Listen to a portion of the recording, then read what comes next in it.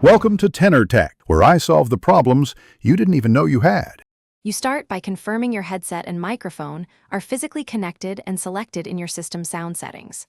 Open the game's audio or communication menu now and pick the same input/output device to avoid conflicts.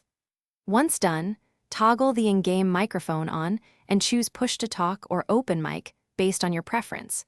Push-to-talk reduces background noise, while open mic is continuous. Make sure to set a comfortable input volume so your teammates hear you clearly without clipping. Next, you'll fine-tune the controls and audio processing so the chat is reliable in matches. In settings, raise or lower input gain and set output volume so teammates aren't too loud or too quiet.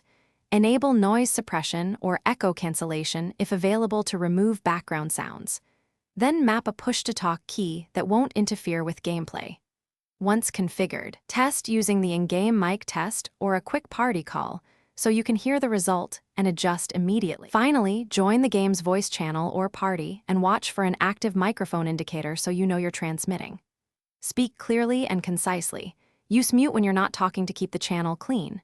If teammates can't hear you, first confirm the correct device is still selected as the default in both system and game settings.